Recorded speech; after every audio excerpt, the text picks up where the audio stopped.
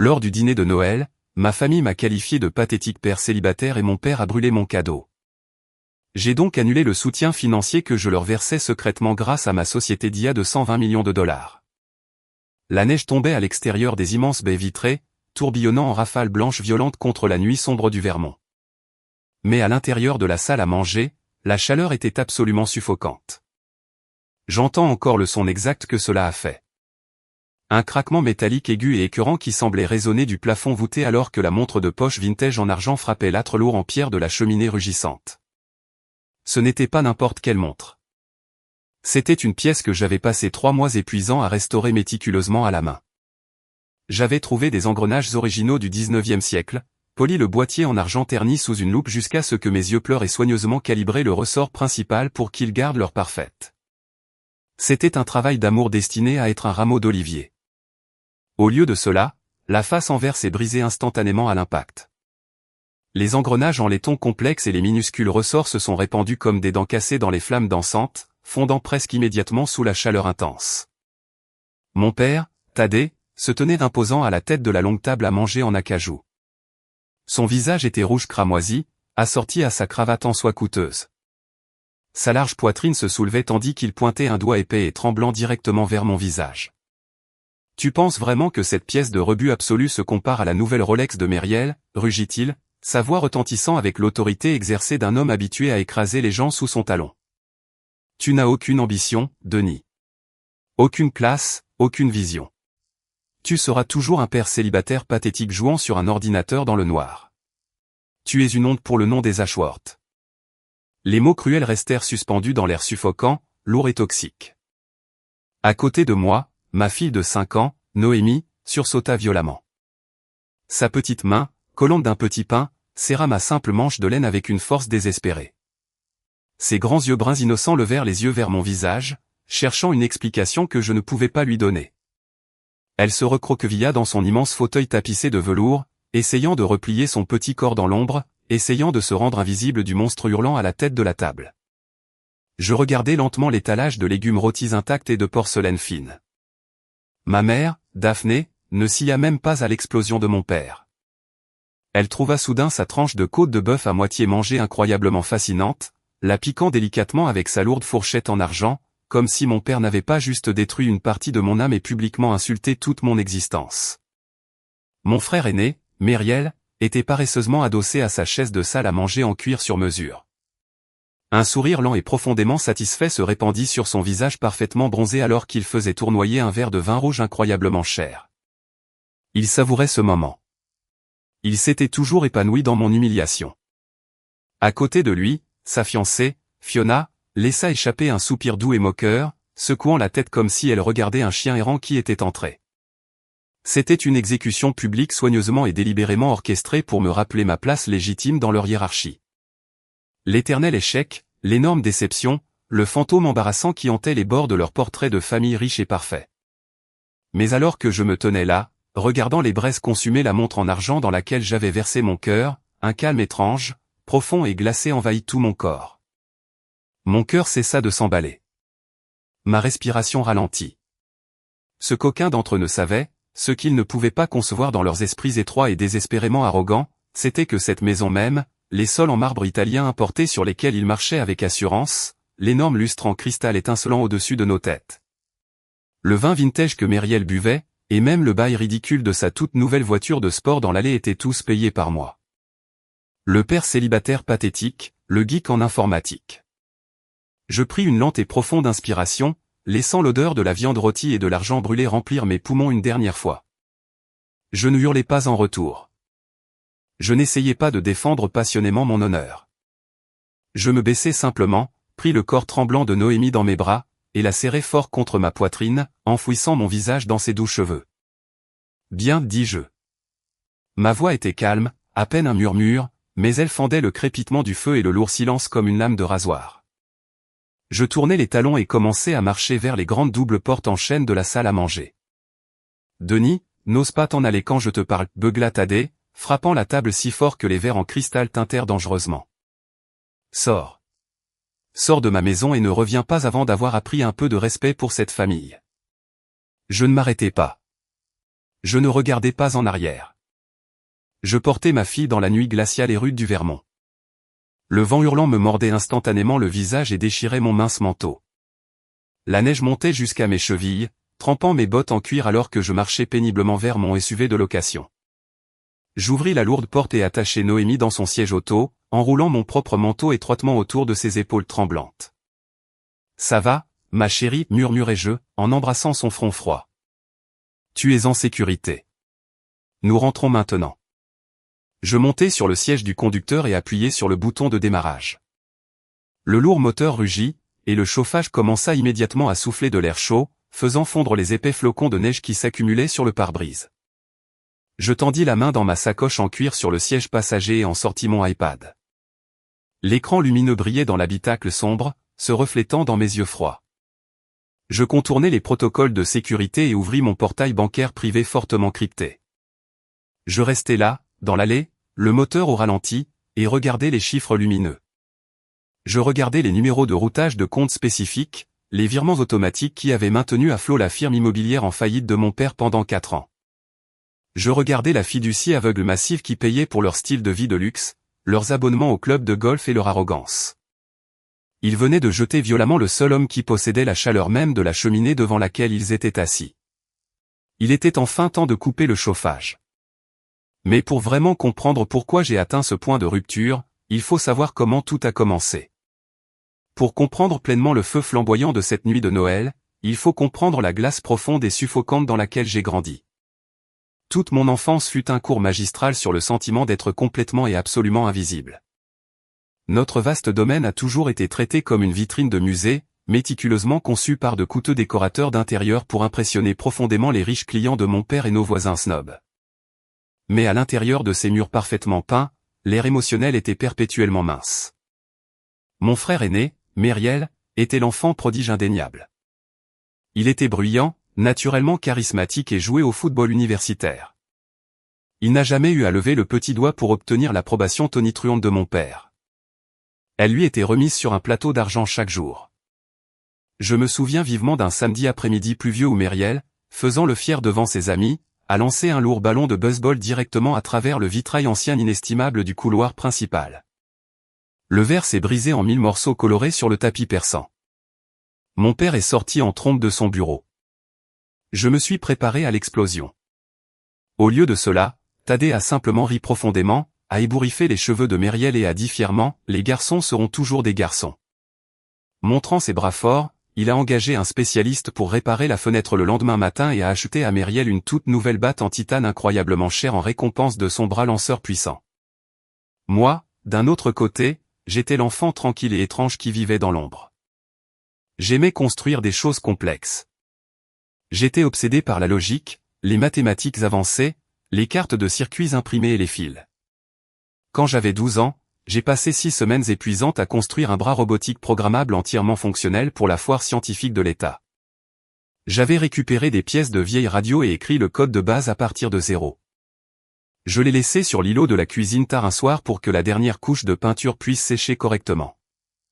Le lendemain matin, je suis descendu pratiquement vibrant d'excitation, pour ne trouver mon chef-d'œuvre que dans une poubelle en métal lourd, complètement brisée en morceaux de plastique dentelés et fils coupés. C'était sur mon chemin, a déclaré froidement mon père, ne levant même pas les yeux de son Wall Street Journal alors qu'il sirotait son café noir. J'avais besoin de l'espace de comptoir pour dérouler mes nouveaux plans de propriété. Tu dois apprendre à ranger tes jouets inutiles, Denis. Le monde réel ne se soucie pas de tes petits projets scientifiques. Ma mère, Daphné, l'éternelle facilitatrice et pacificatrice professionnelle, s'est simplement approchée et m'a doucement tapoté l'épaule tremblante. Ne fais pas d'histoire, a-t-elle chuchoté doucement, jetant un coup d'œil nerveux à mon père. Tu sais à quel point ton père est facilement stressé avec les affaires. Construisant simplement un autre au sous-sol où personne n'aura à le regarder. J'ai appris très tôt que ma valeur dans cette maison était strictement mesurée par le peu de place que j'occupais et le silence que je pouvais faire. Mais la véritable trahison impardonnable, celle qui a durci mon cœur en pierre, est arrivée quand j'avais 18 ans.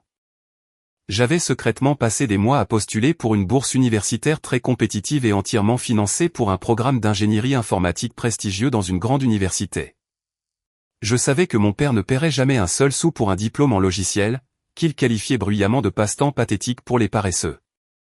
La lettre d'acceptation épaisse et lourde est finalement arrivée par la poste, mais je n'ai jamais eu l'occasion de l'ouvrir. Mon père a intercepté le Daily Mail. Il m'a agressivement appelé dans son bureau lambrissé de bois sombre, m'a fait asseoir dans l'inconfortable chaise d'invité en cuir, et m'a dit sans détour que j'allais travailler comme archiviste junior dans sa firme immobilière, non rémunéré, bien sûr, pour le bien de l'héritage familial. Quand j'ai nerveusement posé des questions sur mes candidatures universitaires, il a bruyamment ricané, soufflant un épais nuage de fumée de cigare directement sur mon visage.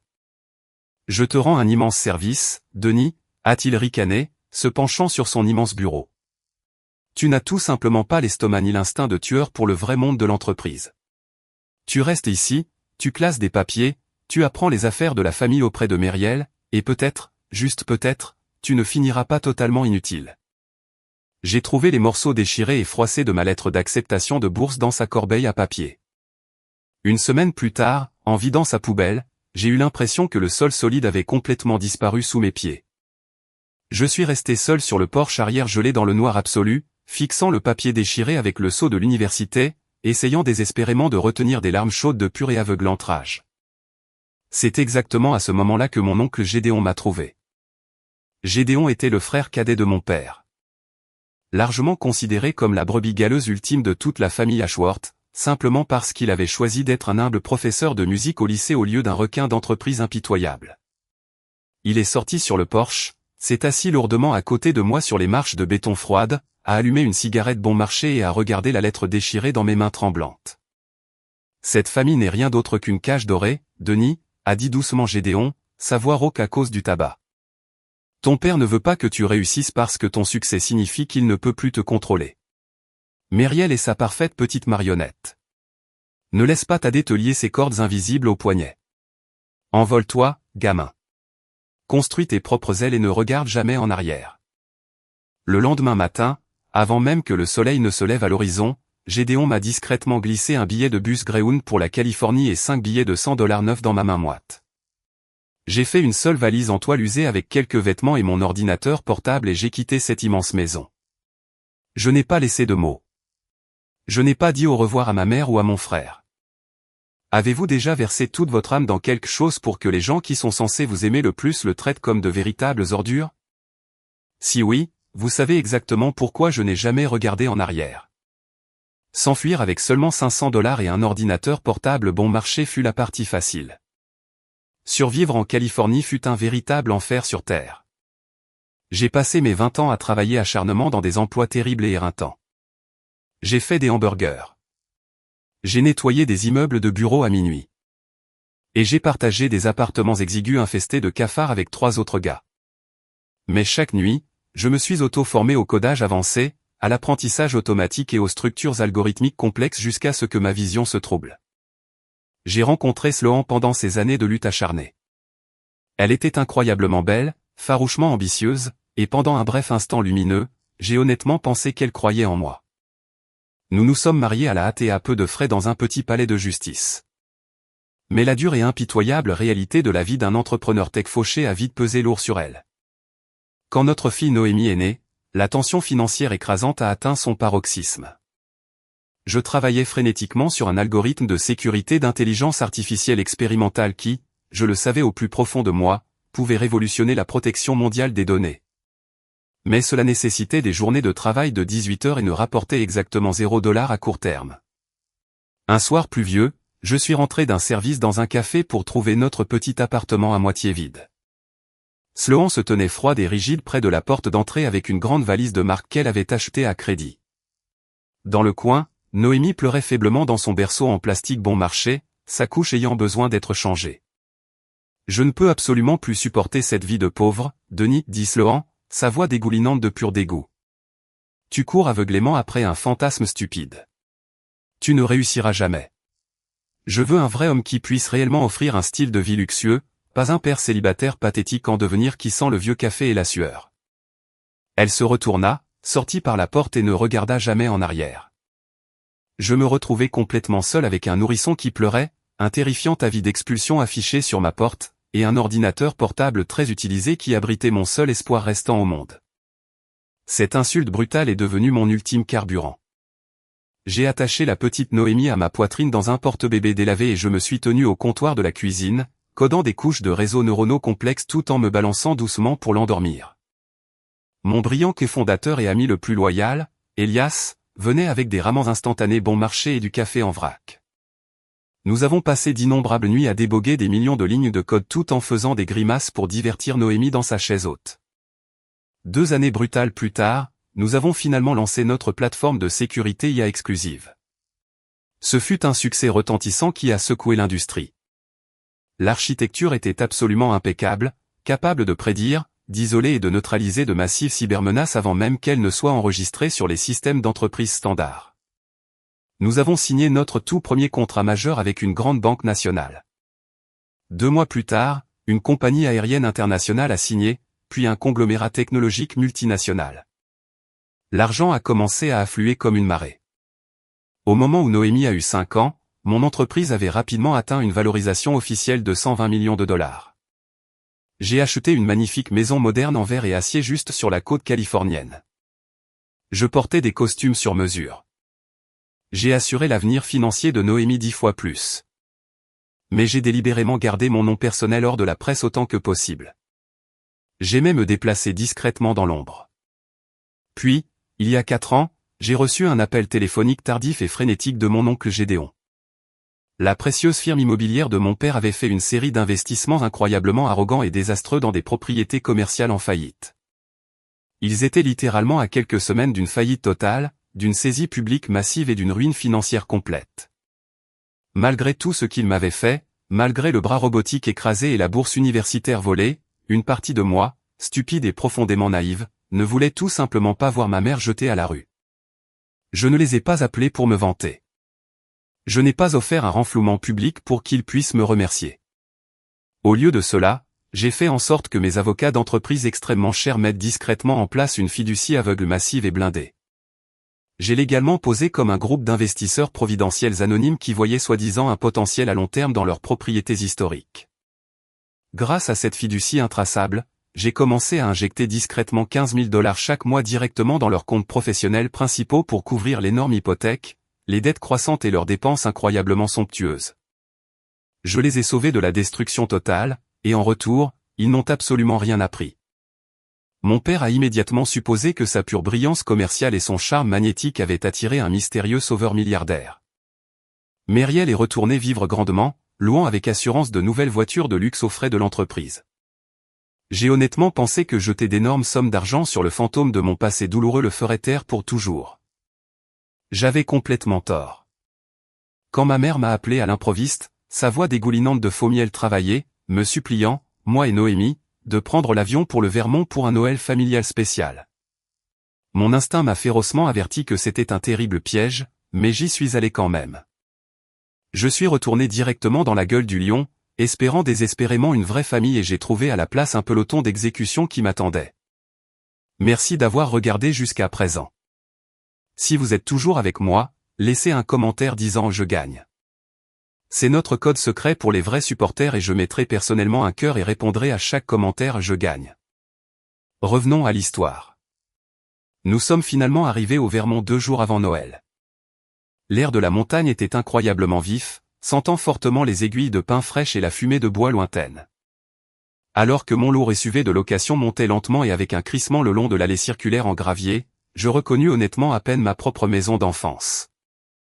La vieille brique rouge fatiguée avait été professionnellement sablée et peinte d'un blanc éclatant et aveuglant. Le toit entier avait été remplacé par de coûteuses tuiles d'ardoise sombre. Des lumières d'aménagement paysager élégantes et discrètes éclairaient parfaitement des arbustes d'hiver incroyablement chers bordant l'allée.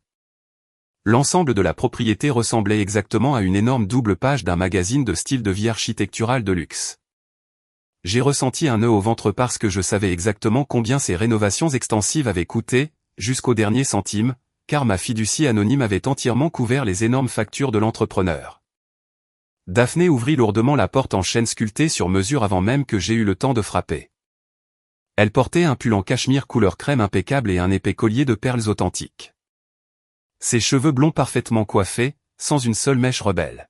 « Oh, Denis, mon chéri » gazouilla-t-elle bruyamment, offrant un câlin très raide et très obligé qui ressemblait beaucoup plus à un contrôle sanitaire TSA qu'à l'étreinte d'une mère. Et cette petite chose précieuse doit être la petite Noémie. Nous entrâmes lentement dans le grand hall. La maison était étouffante et inconfortablement chaude. Le chauffage au sol radiant coûteux était monté au maximum. Myriel sortit en se pavanant de l'immense salon formel. Un lourd gobelet en cristal de scotch coûteux se balançait lâchement dans sa main. Il n'avait pas changé d'un seul iota. Il avait simplement échangé sans transition ses fraternités universitaires odieuses contre des clubs de campagne exclusifs incroyablement chers. Eh bien, regardez qui a enfin décidé de rejoindre le monde réel pour quelques jours, s'écria bruyamment Myriel, ses yeux parcourant de manière critique mon simple pull en laine sombre et mon jean usé. J'avais délibérément choisi de porter des vêtements très simples et sans prétention. Je ne voulais désespérément attirer aucune attention sur moi. Derrière Myriel se tenait Fiona, sa nouvelle fiancée. Elle me dévisagea avec le genre de minutie chirurgicale intense habituellement réservé à l'inspection d'un faux sac de marque bon marché. « Alors, vous êtes le mystérieux frère qui joue soi-disant sur des ordinateurs dans son sous-sol, dit-elle, ne prenant même pas la peine de cacher le ricanement aigu dans sa voix au perché. Myriel me dit que vous faites une sorte de travail informatique indépendant de bas niveau maintenant. Vous devriez vraiment laisser dépasser quelques appels et vous trouver un vrai travail stable avec des avantages. » Je forçai un sourire douloureusement poli, mordant l'intérieur de ma joue.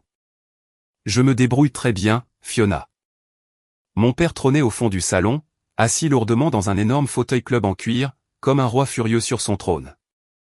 Il ne prit pas la peine de se lever quand j'entrai dans la pièce. Il se contenta d'un hochement de tête très brusque et dédaigneux tout en fixant l'énorme téléviseur à écran plat. Bien. Tu es arrivé avant que les routes ne gèlent. Essaie de ne pas traîner de neige sale sur les tapis persans importés, Denis. Pendant les 2 jours d'agonie suivants, la tension dans la maison fut un poison lent et continuellement dégoulinant. Chaque conversation au petit déjeuner, au déjeuner et au dîner était une critique à peine voilée et très calculée de mes mauvais choix de vie, de mes prétendues terribles compétences parentales et de mon apparent manque de succès financier. Ils exhibaient agressivement leur immense richesse devant moi avec un enthousiasme grotesque et éhonté. Myriel me traîna pratiquement jusqu'au garage chauffé pour me montrer bruyamment sa toute nouvelle Porsche 911 Carrera. Je viens de signer le bail premium hier, se vanta-t-il bruyamment, lançant nonchalamment les lourdes clés en l'air et les rattrapant. La firme immobilière connaît une année record. L'investisseur anonyme adore complètement notre vision agressive. Tu ne comprendrais tout simplement pas la haute finance, Denis. Il faut un véritable instinct de tueur pour déplacer des capitaux comme nous le faisons. Je me tenais là, dans le garage glacial, regardant fixement la voiture de sport élégante et agressivement stylisée, sachant exactement de quel compte bancaire les énormes paiements mensuels de $3000 étaient tranquillement drainés. Cela prend certainement quelque chose, Myriel, murmurai-je doucement sous mon souffle. Mais le moment le plus douloureux et incroyablement ironique de tout le voyage survint tard dans l'après-midi de la veille de Noël. Thaddée prononça soudainement mon nom, m'appelant dans son immense bureau à domicile. Il était assis avec assurance derrière son énorme bureau en acajou sculpté sur mesure, fumant agressivement un épais cigare cubain. « Je veux te montrer quelque chose, Denis, dit-il fièrement, tournant l'écran de son énorme ordinateur portable vers mon visage. Puisque tu te livres constamment au support technique de base, tu pourras peut-être apprécier une véritable infrastructure d'entreprise de niveau professionnel. Nous venons de signer officiellement un contrat pluriannuel massif pour mettre à niveau complètement les protocoles de cybersécurité de la firme. L'intelligence artificielle haut de gamme protège parfaitement les données de nos clients à haut revenu des pirates informatiques. Cela a coûté une fortune absolue, mais nous n'achetons que ce qu'il y a de mieux dans l'industrie. Je me penchai et regardai attentivement l'écran lumineux. Un logo bleu élégant et lumineux me regardait avec assurance, un bouclier très stylisé et moderne entrelacé avec un motif de réseau neuronal complexe. C'était Sentinel Protocol, une filiale en pleine croissance entièrement détenue et exploitée par mon propre empire technologique. Mon père, dans toute sa gloire arrogante, se vantait activement devant moi d'avoir acheté un système logiciel coûteux dont j'avais personnellement codé l'architecture fondamentale. Il utilisait littéralement l'argent que je lui avais secrètement donné pour acheter des produits haut de gamme de ma propre entreprise. L'ironie intense de la situation était si forte que j'aurais facilement pu m'étouffer avec. C'est très impressionnant, dis-je lentement, luttant de toutes mes forces pour garder mon visage entièrement impassible. J'ai entendu dire que le PDG de cette entreprise était incroyablement strict quant à la coupure du service pour les paiements manqués, cependant. Thaddée ricana bruyamment, agitant sa main épaisse de manière dédaigneuse à travers la fumée du cigare. Nous ne manquons jamais un seul paiement. La firme a un soutien financier absolument illimité en ce moment. Tu devrais vraiment t'asseoir et prendre des notes, Denis. C'est exactement comme ça que l'argent sérieux bouge dans le monde. J'acquiesçai lentement, une ombre sombre tombant sur mes yeux. Je garderai certainement cela à l'esprit, papa. Le grand dîner de la veille de Noël avait été très médiatisé comme l'événement principal magnifique des fêtes, mais il dégénéra presque immédiatement en un cauchemar psychologique terrifiant. La table de salle à manger incroyablement longue était méticuleusement dressée avec une porcelaine fine inestimable, de lourds couverts en argent antique et de grands verres à vin en cristal. Une énorme dinde parfaitement rôtie trônait majestueusement au centre, complètement entourée d'innombrables bols en argent de riches plats d'accompagnement. Noémie était profondément épuisée.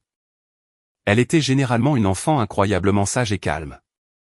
Mais l'environnement étrange et intimidant, et les regards froids et perçants de Fiona et de ma mère la rendaient clairement très anxieuse.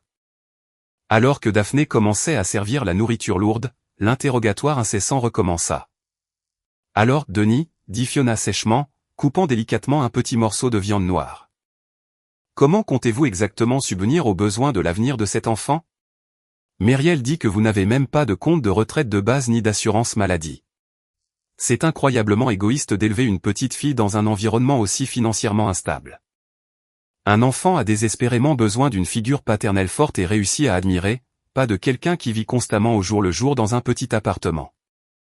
Je sentis un muscle massif sauter violemment dans ma mâchoire. Nous nous débrouillons très bien, Fiona, répondis-je calmement. Noémie a absolument tout ce dont elle a besoin et plus encore. Thaddée ricana bruyamment du bout de la table. Survivre à peine avec des restes n'est pas vraiment vivre, Denis. Si tu avais simplement ravalé ta stupide fierté, écouté ce que je te disais et rejoint la firme pour archiver des documents. Tu pourrais facilement te permettre de la mettre dans une école privée décente et respectable au lieu de la garderie publique bon marché où tu la déposes. Avant que je ne puisse lui répondre fermement, un petit désastre survint soudainement. Noémie, essayant désespérément d'atteindre son lourd verre d'eau en cristal de l'autre côté de la table, heurta accidentellement sa lourde assiette en porcelaine. Sa grosse fourchette en argent glissa rapidement du bord et claqua incroyablement fort sur le sol en marbre italien importé, immédiatement suivi d'une grosse cuillerée de purée de pommes de terre beurrée et salissante. Toute la salle à manger devint instantanément silencieuse. Fiona halta de façon dramatique, tirant agressivement sa chaise en arrière comme si la purée de pommes de terre sur le sol était une matière hautement radioactive. « Oh, pour l'amour du ciel ! Tu ne peux pas contrôler ton propre enfant pendant 5 minutes, cria-t-elle. La lèvre inférieure de Noémie se mit immédiatement à trembler violemment, les larmes lui montant aux yeux. Je m'agenouillai immédiatement sur le sol dur pour ramasser rapidement le désordre. C'est juste un accident, dis-je calmement, saisissant une épaisse serviette en tissu et essuyant le sol. C'est parfaitement bien. Ce n'est absolument pas bien.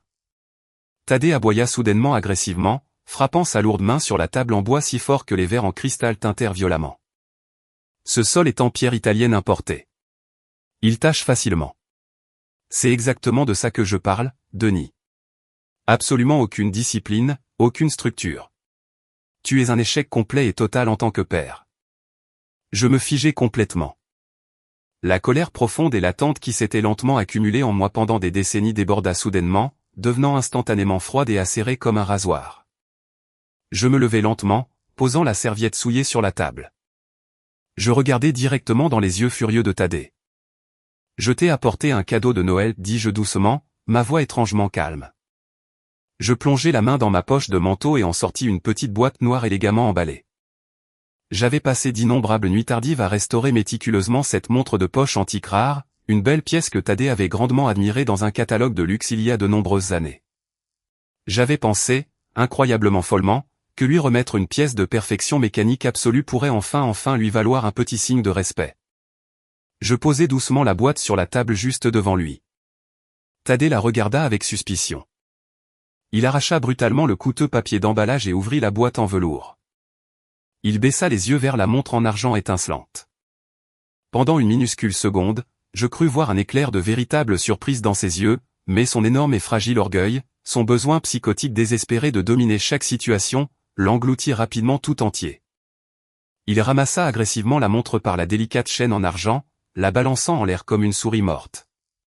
Tu penses vraiment que ce pathétique morceau de déchet compense ton manque total de succès, ricana-t-il, son visage se tordant de dégoût. Tu penses que m'apporter une breloque bon marché d'occasion te transforme soudainement en un vrai homme. Puis il se retourna agressivement et la jeta directement dans la cheminée rugissante. Le son écœurant du verre vintage se brisant instantanément rompit le tout dernier lien émotionnel, me connectant fermement à cette famille toxique. Les mots vils qu'il hurla ensuite, me traitant bruyamment de père célibataire pathétique, me disant agressivement de quitter sa maison, s'estompèrent en un bourdonnement sourd et insignifiant dans mes oreilles. Le tableau laid était enfin complet. Ce n'était pas une famille. C'était un nid de parasites arrogants se nourrissant désespérément d'une grande illusion, et ils méprisaient profondément l'hôte qui les maintenait en vie. Je pris ma fille en pleurs, prononçai mon unique mot d'accord et sortis directement dans la neige glaciale. La lourde porte en chêne claqua derrière moi, coupant fermement la chaleur physique de la maison, mais allumant instantanément un feu immense dans ma poitrine qui réduirait leur faux empire en cendres. Le trajet tendu en descendant la montagne vers l'hôtel haut de gamme le plus proche dans la petite ville fut un flou complet de neige blanche aveuglante et de routes d'un noir d'encre. Noémie s'endormit rapidement et profondément dans son siège auto chaud. Complètement épuisée par les pleurs et l'horrible tension de la soirée, je la portai avec précaution dans la chambre d'hôtel calme et fortement chauffée et la déposai doucement sur le grand lit king size, remontant la couette épaisse et blanche jusqu'à son petit menton. Elle semblait si incroyablement paisible, complètement épargnée par le poison toxique de la famille Ashworth. Je décrochai le téléphone de la chambre et commandai immédiatement une grande cafetière de café noir au service d'étage. Je m'assis lourdement au petit bureau en verre près de la fenêtre, regardant silencieusement la neige épaisse tomber agressivement contre la vitre. Le silence dans la chambre d'hôtel était absolu et assourdissant. J'ouvris mon ordinateur portable et entrai mes mots de passe. Pendant 4 très longues années, j'avais bêtement joué le rôle du gardien silencieux et noble. Je les avais laissés m'insulter à plusieurs reprises, rabaisser profondément mes réalisations et se moquer ouvertement de toute ma vie, tout en payant tranquillement et fidèlement le coûteux toit au-dessus de leur tête. J'ai honnêtement pensé que je prenais la prestigieuse voie royale. J'ai pensé que j'étais l'homme beaucoup plus grand et plus mature. Mais alors que je regardais cette belle montre en argent se briser violemment dans le feu ardent, j'ai réalisé une vérité horrible. Je ne les aidais pas réellement à survivre. Je finançais activement ma propre violence psychologique. J'ai pris mon téléphone portable et j'ai rapidement composé le numéro d'Henri, mon brillant gestionnaire de patrimoine personnel et redoutable avocat principal. Il était très tard la veille de Noël, mais il a immédiatement répondu à la deuxième sonnerie. « Denis, dit Henri, sa voix teintée d'une préoccupation professionnelle immédiate. Tout va bien là-bas? Tu ne m'appelles littéralement jamais les jours fériés importants. Henri, dis-je. Ma voix était étrangement et terriblement calme. Coupez absolument le jus. Il y eut une brève pause stupéfaite sur la ligne sécurisée. La fiducie familiale Ashworth. Tu es sûr à 100% de ça, Denis? Je suis positif. Annulez immédiatement le virement bancaire automatique mensuel de 15 000 $. Révoquez la lourde garantie d'entreprise sur le ridicule bail de la Porsche de Mériel et cette carte de crédit d'entreprise noire illimitée que je laissais Thaddée utiliser pour les urgences absolues. Arrêtez tout. Gèle-les à l'instant même. Henri tapa extrêmement rapidement sur son clavier mécanique. Le bruit de cliquetis était incroyablement profondément satisfaisant pour mon âme. Fait, dit-il avec assurance.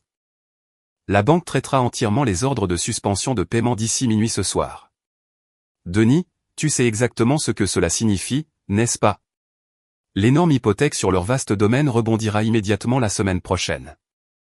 Et la concession de voitures de luxe signalera le véhicule.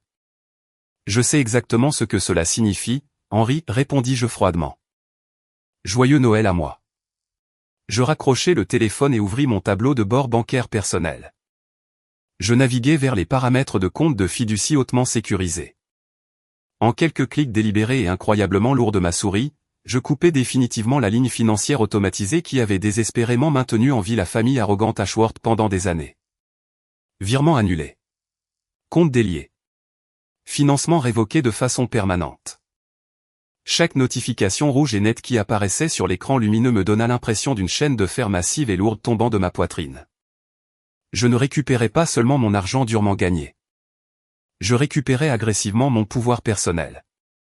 Je me laissais tomber lourdement dans la chaise ergonomique, sirotant lentement le café noir, chaud et amer. J'imaginais vivement ce que la lumière dure du matin leur apporterait. Thaddée essaierait fièrement de payer un brunch de fête incroyablement cher pour ses faux amis, pour que sa carte soit bruyamment et embarrassamment refusée. Myriel recevrait un appel téléphonique furieux de la concession de voitures de luxe exigeant le retour des clés. La grande illusion coûteuse était enfin et définitivement terminée. Pensez-vous que j'ai été trop cruel? Est-ce que leur couper brutalement les vivres financièrement la veille de Noël est allé trop loin? Faites-moi part de vos réflexions honnêtes dans les commentaires ci-dessous. Mais croyez-moi, vous n'avez encore rien vu. Quand ils se réveilleront demain et réaliseront enfin que l'argent illimité a disparu, le vrai cauchemar chaotique commencera. 3 jours s'étaient écoulés depuis ce désastreux réveillon de Noël.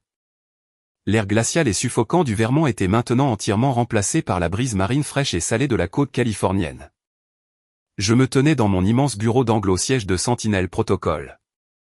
Regardant à travers les baies vitrées renforcées du sol au plafond l'étendue bleue du Pacifique, je portais un costume gris anthracite parfaitement ajusté, sirotant une tasse d'espresso d'origine unique. L'environnement était paisible, ordonné et entièrement sous mon contrôle. Mais je savais qu'à 3000 miles de là, un énorme ouragan financier était en train de déchirer le domaine Ashworth. La porte de mon bureau s'ouvrit avec un léger bourdonnement. Elias, mon quai fondateur et meilleur ami farouchement loyal, entra en tenant une élégante tablette en titane. Il souriait si largement qu'on aurait dit que son visage allait se fendre en deux. « Eh bien, mon ami, dit Elias, s'affalant dans l'une des chaises d'invités en cuir moelleuse. Le système automatisé vient de signaler une série massive d'erreurs provenant d'un portail client très spécifique sur la côte est. Je me retournai, m'appuyant nonchalamment contre la vitre épaisse. Dis-moi tout, Elias. Ne ménage aucun détail. Elias tapota l'écran. À exactement 8 heures du matin, heure de l'Est, Thaddée Ashworth a tenté de se connecter à son réseau de sécurité d'entreprise nouvellement installé et incroyablement cher. Le système lui a immédiatement refusé l'accès. Il a affiché une énorme bannière rouge sur tous leurs écrans de bureau, citant un échec critique de paiement. Apparemment, la carte de crédit d'entreprise noire enregistrée a été agressivement refusée par l'émetteur. Je pris une lente et profondément satisfaisante gorgée de mon espresso. Et comment notre fier patriarche a-t-il réagi à être exclu de sa propre forteresse numérique? Selon les journaux du service client, Elias rit, secouant la tête, il a appelé notre service d'assistance de première ligne 12 fois en l'espace d'1 heure. Il criait sur nos techniciens débutants, menaçant de poursuivre toute l'entreprise, exigeant de parler au PDG et affirmant bruyamment qu'il avait un soutien financier illimité. L'agent de support lui a simplement lu le script standard, l'informant poliment que ses comptes étaient gelés en raison de fonds gravement insuffisants. Mais les dominos ne se sont pas arrêtés au bureau. Je me suis dirigé vers mon bureau et j'ai pris mon téléphone portable personnel. L'écran était absolument inondé de notifications. Il y avait 14 appels manqués de ma mère, Daphné, et 8 messages vocaux furieux de mon frère aîné, Myriel. J'ai appuyé sur lecture sur le tout premier message vocal de Myriel. Sa voix a résonné dans le bureau silencieux, dégoulinant de panique et de rage brute. « Denis, décroche ce foutu téléphone » a crié Myriel, le bruit d'une forte circulation en arrière-plan. « Je ne sais pas ce que tu as fait, mais la concession de luxe vient d'envoyer une dépanneuse au country club de Fiona. Je prenais le brunch avec ses parents et ils ont littéralement sorti ma toute nouvelle Porsche du parking du Valais. Ils ont dit que le garant avait révoqué le bail. Tu dois appeler Thaddée tout de suite. Tous les comptes de la firme sont gelés. » J'ai supprimé le message vocal d'un simple glissement de pouce. L'ironie pure et magnifique de la situation était presque insupportable. Myriel, l'enfant prodige qui avait passé toute sa vie à me regarder de haut, a été publiquement dépouillé de sa fausse richesse juste devant sa fiancée snob. Thaddée, l'homme qui se croyait un roi intouchable de l'immobilier, regardait actuellement un écran d'ordinateur verrouillé, incapable d'accéder à ses propres dossiers clients parce qu'il ne pouvait pas payer la facture. Il se noyait. Et pour la toute première fois de ma vie, je n'allais pas leur lancer de bouée de sauvetage. Elias leva les yeux de sa tablette, son expression devenant légèrement sérieuse. Tu sais, il ne va pas laisser passer ça, Denis. Thaddée est un animal acculé en ce moment. Il pense que ce n'est qu'une stupide erreur administrative de la part d'un fournisseur de technologie sans visage. Il n'a aucune idée que c'est toi qui tires les ficelles dans l'ombre. Je sais, répondis-je, posant ma tasse d'espresso vide sur le bureau en acajou poli. Il pense qu'il peut s'en sortir par l'intimidation. Il pense que s'il crie assez fort, le monde se pliera comme par magie à sa volonté, comme il l'a toujours fait. Juste à ce moment-là, le téléphone d'Elias vibra dans sa poche. Il le sortit, lut un message texte de la sécurité du rez-de-chaussée et haussa les sourcils. Quand on parle du loup, murmura Elias. La sécurité vient de signaler un visiteur dans le hall principal, un monsieur âgé en costume froissé, exigeant de voir le directeur de Sentinelle Protocol immédiatement. Il menace actuellement de faire renvoyer les gardes de sécurité. Un sourire froid et aigu se répandit lentement sur mon visage. Il était temps. Le rideau final allait tomber sur la grande illusion de la famille Ashworth. J'ajustai ma cravate en soie, boutonnai ma veste de costume et regardai Elias. « Appelle Henry, dis-je calmement. Dis-lui d'apporter le dossier rouge au lobby. Allons saluer notre estimé client. » Le hall principal de Sentinelle Protocol était conçu pour intimider profondément. C'était un immense atrium de 3 étages construit entièrement en acier sombre, marbre blanc et vert renforcé. Une immense cascade numérique coulait le long du mur central, affichant des flux infinis de codes de données chiffrés. C'était un monument à la puissance moderne, très loin de l'esthétique poussiéreuse de la vieille fortune de la firme immobilière en faillite de mon père dans le Vermont. Alors que l'ascenseur exécutif privé descendait rapidement, mon cœur battait à un rythme lent, régulier et incroyablement calme. Je n'étais plus le petit garçon effrayé dont le projet scientifique avait été écrasé. Je n'étais plus le père célibataire épuisé moqué à table. J'étais le prédateur suprême sur mon propre territoire. Les portes argentées s'ouvrirent avec un doux carillon.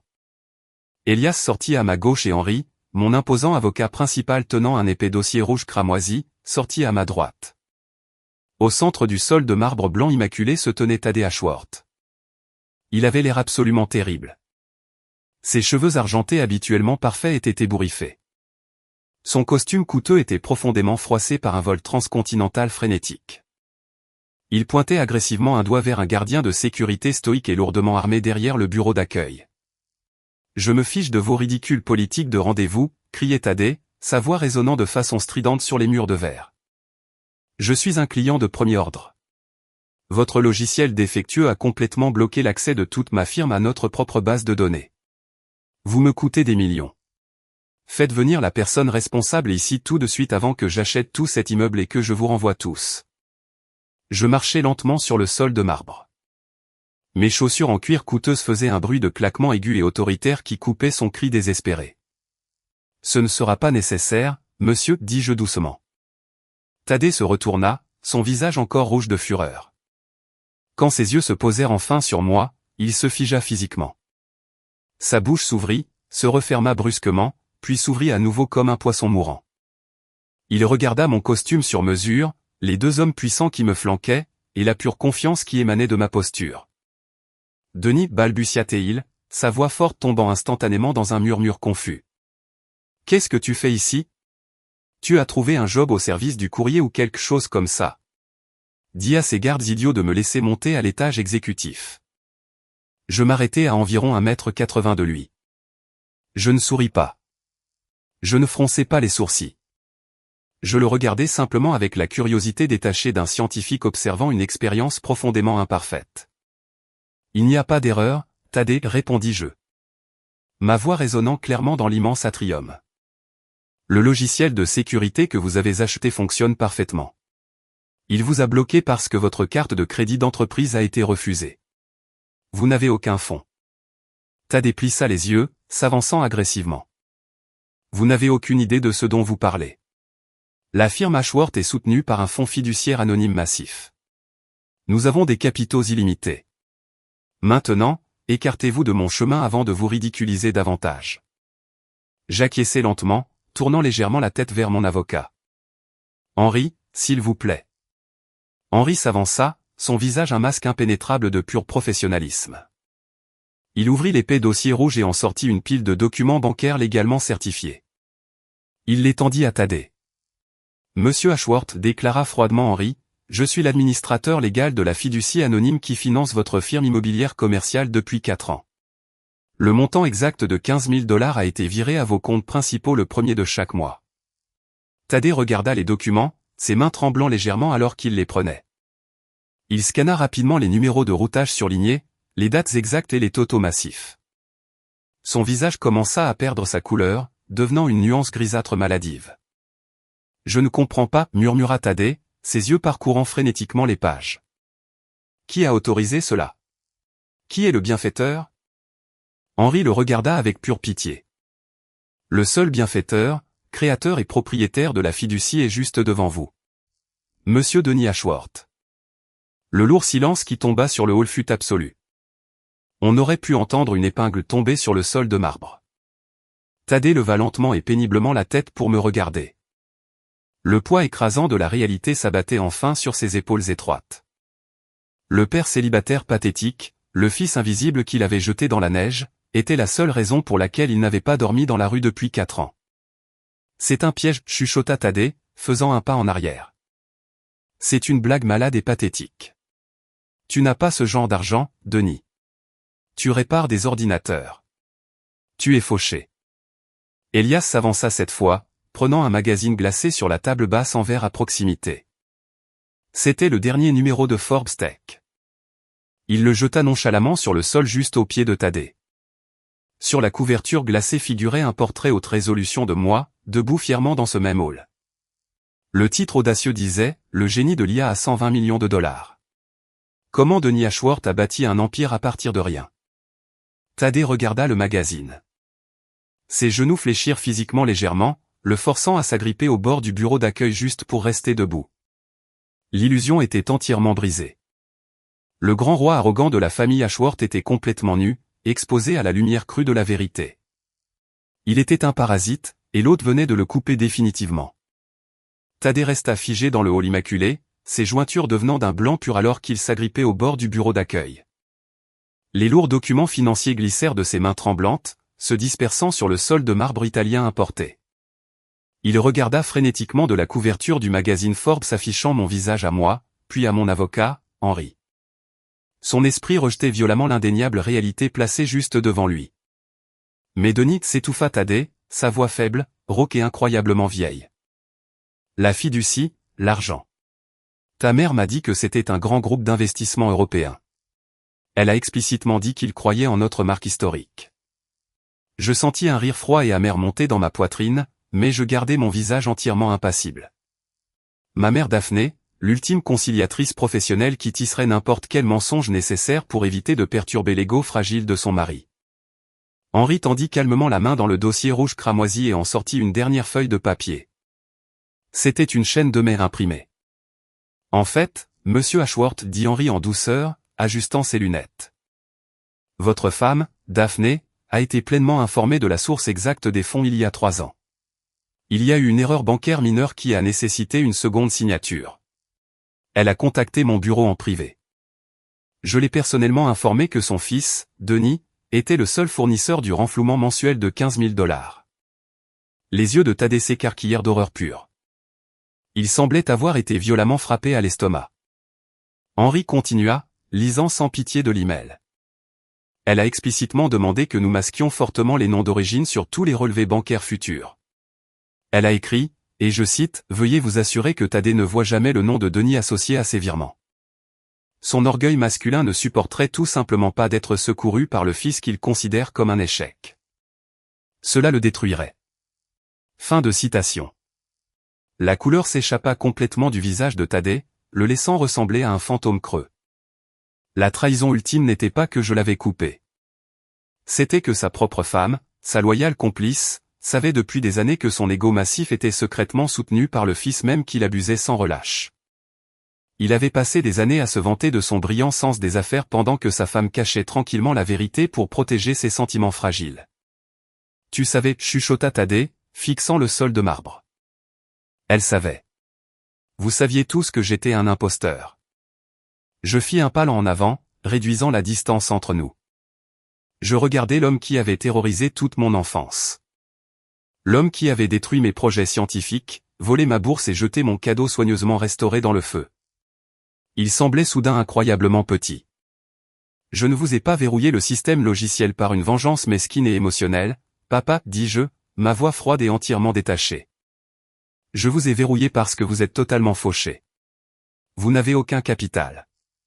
Sentinel Protocol est une entreprise sérieuse et d'élite et vous êtes actuellement un client gravement en défaut de paiement. Nous ne gérons pas une œuvre de bienfaisance ici. Thaddée leva lentement la tête. Des larmes, de véritables larmes d'une défaite profonde et humiliante, lui montèrent aux yeux. « Denis, s'il te plaît, supplia-t-il, sa voix se brisant douloureusement. La firme, c'est toute ma vie. C'est l'héritage familial. Si les serveurs restent verrouillés, nous perdrons toutes les données clients. Les banques saisirent la maison d'ici vendredi. Myriel ira en prison pour fraude sur ce bail de voiture. S'il te plaît, fils, remets juste l'argent. Je suis désolé. J'avais tort. Les mots « je suis désolé » restèrent suspendus dans l'air, pathétiques et entièrement creux. Il y a 10 ans, ces mots auraient pu guérir mon cœur brisé. Il y a 5 ans, ils auraient pu me faire hésiter.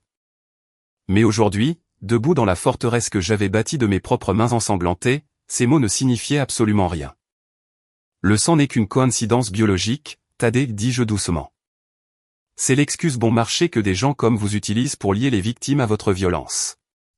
Vous ne voulez pas récupérer votre fils.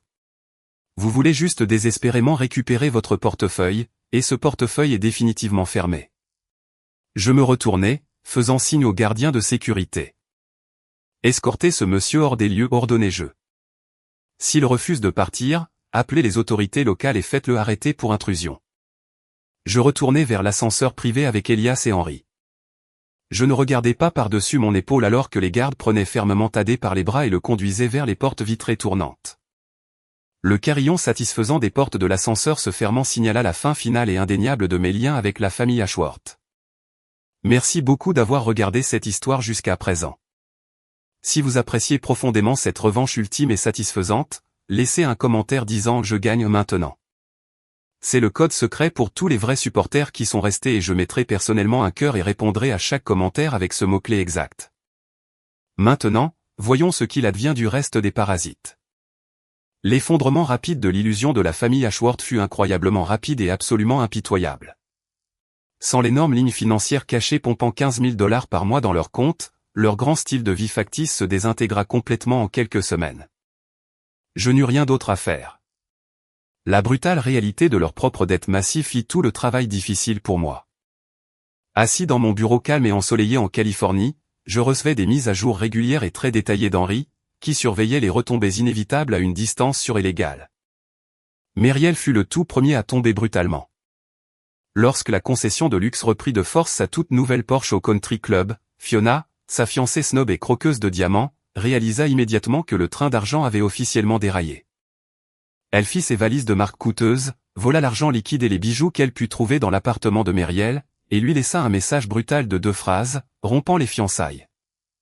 Myriel fut forcée de retourner vivre dans le domaine du Vermont, pleurant et buvant beaucoup d'alcool bon marché.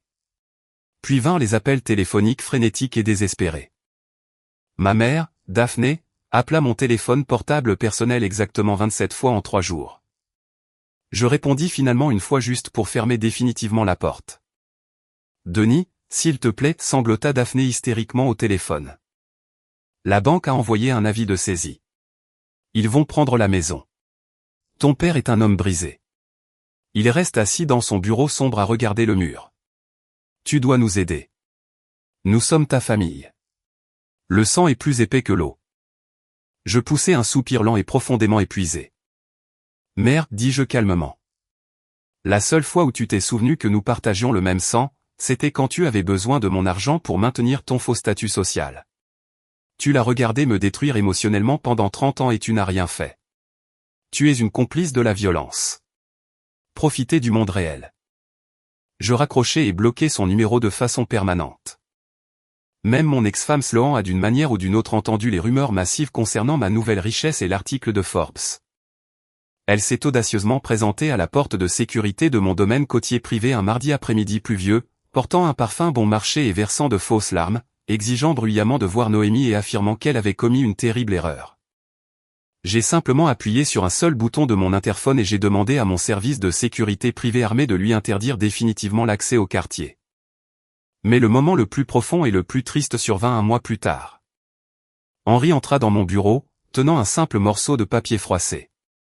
C'était une lettre manuscrite de Thaddée. L'écriture, autrefois audacieuse, agressive et parfaitement droite, était maintenant tremblante, faible et à peine lisible. Henri la plaça sur mon bureau. Il l'a envoyé à notre boîte postale d'entreprise, expliqua doucement Henri. Je pris lentement la lettre. Elle était courte. Denis, je travaille actuellement comme associé junior de bas niveau dans une firme immobilière rivale. Ils me font chercher du café. Mériel est serveur dans un restaurant du centre-ville. Nous avons perdu la grande maison. Nous avons tout perdu. J'ai passé toute ma vie à construire un empire de pure terre alors que tu as tranquillement bâti une forteresse de pierre. J'étais terrifié par ta brillance parce que je savais que je ne pourrais jamais la contrôler. Tu étais le seul vrai homme de cette famille. Je suis vraiment profondément désolé. Je fixai l'encre salie pendant très longtemps. J'espérais honnêtement ressentir une immense vague de triomphe glorieux. J'espérais ressentir une ruée écrasante de joie pure et non adultérée. Mais je n'ai rien ressenti de tout cela. J'ai juste ressenti un vide profond et lourd. Le fantôme en colère et désespéré qui avait hanté toute ma vie. Demandant constamment respect et validation à un monstre avait finalement disparu. Thaddée n'était plus un géant terrifiant. Il n'était qu'un vieil homme triste, brisé et profondément imparfait qui avait activement choisi l'arrogance plutôt que l'amour. Je pliai lentement la feuille de papier en deux, puis encore en deux. Je ne l'ai pas encadré. Je ne l'ai pas conservé dans une boîte spéciale pour m'en réjouir plus tard. Je me suis dirigé vers la petite cheminée à gaz moderne dans le coin de mon bureau, et allumé les flammes et jeté la lettre directement dans le feu. Je me suis tenu là et j'ai regardé le papier épais prendre feu, les bords se courbant et noircissant jusqu'à ce qu'il ne reste plus que de fines cendres grises. Le feu n'était plus un symbole de ma destruction. C'était une belle libération purificatrice. Les lourdes chaînes étaient enfin parties. J'étais officiellement libre. Une fois l'encre lourde et toxique de la famille Ashworth coupée de façon permanente, ma vie commença à s'épanouir d'une manière que je n'aurais jamais cru possible. Le succès dans le monde de la technologie corporative était profondément satisfaisant. Mais la véritable guérison se produisit dans les espaces personnels tranquilles que j'avais méticuleusement construits pour moi et ma fille Noémie. J'ai réalisé que la vraie famille n'est pas une question d'ADN partagé ou d'un nom de famille commun. Il s'agit des personnes qui choisissent délibérément de se tenir dans les tranchées sombres avec vous lorsque vous n'avez absolument rien à leur offrir en retour. Mon tout premier acte majeur de richesse personnelle, en dehors de la sécurisation de l'avenir de mon entreprise, fut de retrouver mon oncle Gédéon. J'ai découvert qu'il avait été forcé de vendre sa modeste maison d'enfance bien aimée en banlieue pour payer d'énormes factures médicales inattendues quelques années auparavant. Il vivait actuellement dans un appartement exigu et déprimant en périphérie de la ville, enseignant toujours la musique aux lycéens. Je ne lui ai pas envoyé de chèque flamboyant ni fait un grand spectacle public. J'ai simplement demandé à Henri de racheter discrètement la maison de banlieue aux propriétaires actuels à un prix majoré. Un dimanche matin ensoleillé, je me suis rendu au petit appartement de Gédéon, j'ai frappé à la porte écaillée et je lui ai remis les lourdes clés en laiton de son ancienne maison ainsi qu'un document de fiducie entièrement financé pour s'assurer qu'il n'aurait plus jamais à se soucier des factures médicales ou de sa retraite. Gédéon regarda les clés dans ses mains burinées et calleuses, des larmes coulant silencieusement sur son visage ridé. Il me serra dans une étreinte féroce et écrasante. « Tu as vraiment construit ces ailes, gamin » murmura-t-il fièrement à mon épaule. « Tu as volé plus haut qu'aucun d'entre eux. » En prenant soin de Gédéon, je voulais désespérément transformer mon passé douloureux en une base solide pour les autres. J'ai pris 20 millions de dollars de mes propres capitaux personnels et j'ai créé la fondation Stepping Stone. Il s'agissait d'un programme d'études et de mentorat d'élite, très bien financé, spécialement conçu pour les parents célibataires qui s'efforçaient de percer dans le secteur technologique compétitif. J'ai personnellement examiné chaque candidature. Quand je lisais des essais de mères et de pères épuisés codant sur d'anciens ordinateurs portables pendant que leur tout petit dormait à côté d'eux, je voyais mon propre reflet. Leur fournir des équipements de pointe, des garderies gratuites et des contacts directs avec l'industrie était profondément réparateur. Chaque fois qu'un parent célibataire obtenait son diplôme de notre programme et décrochait un emploi technologique important, une petite partie du garçon en colère et invisible en moi trouvait la paix. Un an plus tard, nous avons organisé Thanksgiving dans mon domaine moderne en verre sur la magnifique côte californienne. Les immenses portes coulissantes étaient grandes ouvertes, laissant entrer le son apaisant des vagues de l'océan qui s'écrasaient et l'air chaud et salé. Il n'y avait aucune tension dans la maison. Il n'y avait pas d'insultes calculées, pas de lourdes attentes et absolument aucune peur de casser un sol en marbre importé. Elias se tenait sur l'immense terrasse en bois, portant un tablier ridicule et riant bruyamment tout en retournant agressivement d'épaisses côtes de bœuf sur le coûteux barbecue. Mon incroyable équipe juridique, y compris Henri, était assise autour du foyer, partageant des histoires drôles et buvant de la bonne bière. À l'intérieur de la vaste cuisine ouverte, je regardais ma belle-fille, Noémie, qui avait maintenant 6 ans et s'épanouissait. Elle était heureusement couverte de farine blanche, étalant agressivement de la pâte à tarte sur l'immense îlot de granit, pendant que l'oncle Gédéon était assis sur un tabouret à côté d'elle, lui apprenant patiemment à siffler un air complexe. Je me tenais appuyé contre le chambranle de la porte, tenant une simple tasse de café, les regardant simplement. Noémie laissa tomber son rouleau à pâtisserie, courut vers Gédéon et lui serra les petits bras autour du cou. Gédéon émit un rire profond et joyeux et la serra en retour. C'était ma vraie famille, la famille que j'avais activement choisie, la famille que j'avais protégée, et la famille qui m'aimait exactement pour qui j'étais, pas pour ce que mon compte en banque pouvait frénétiquement leur fournir. Je pris une profonde inspiration, inhalant l'odeur de l'océan et de la nourriture rôtie. Et pour la toute première fois de mes 34 ans de vie, je me sentis vraiment profondément en paix. La vie avance sans relâche et magnifiquement quand vous cessez enfin de traîner les lourds cadavres de votre passé derrière vous. 2 années entières se sont écoulées depuis ce terrible réveillon de Noël explosif dans le Vermont.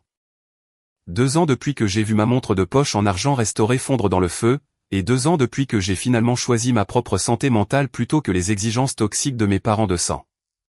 J'entends occasionnellement de petits murmures lointains sur les Ashworth à travers la vaste et interconnectée toile de l'industrie immobilière, mais je ne recherche jamais activement cette information. Thaddée travaillerait toujours comme un courtier junior misérable, recevant constamment des ordres d'hommes 2 fois plus jeunes que lui. Myriel gérerait apparemment un magasin de détail bas de gamme, dépouillé de ses voitures de luxe et de son ricanement arrogant.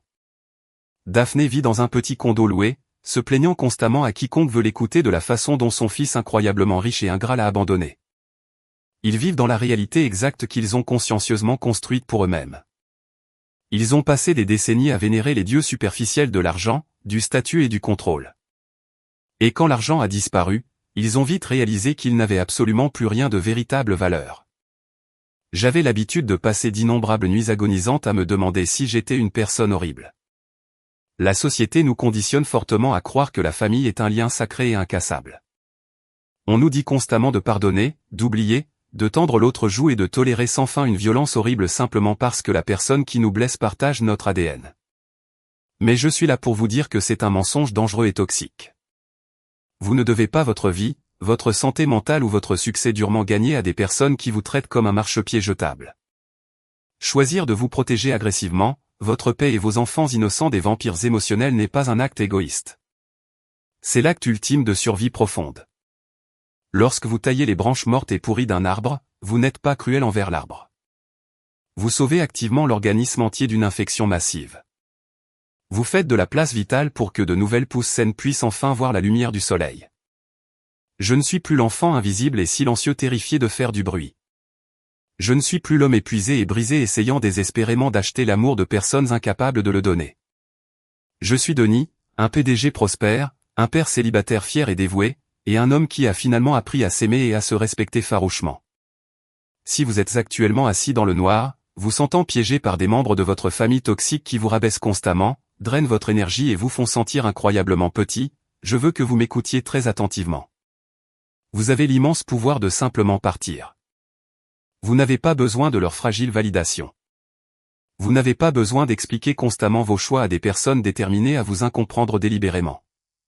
Construisez vos propres ailes, envolez-vous et créez une vie si incroyablement lumineuse qu'elle aveugle de façon permanente quiconque essaie de vous ramener dans leur obscurité.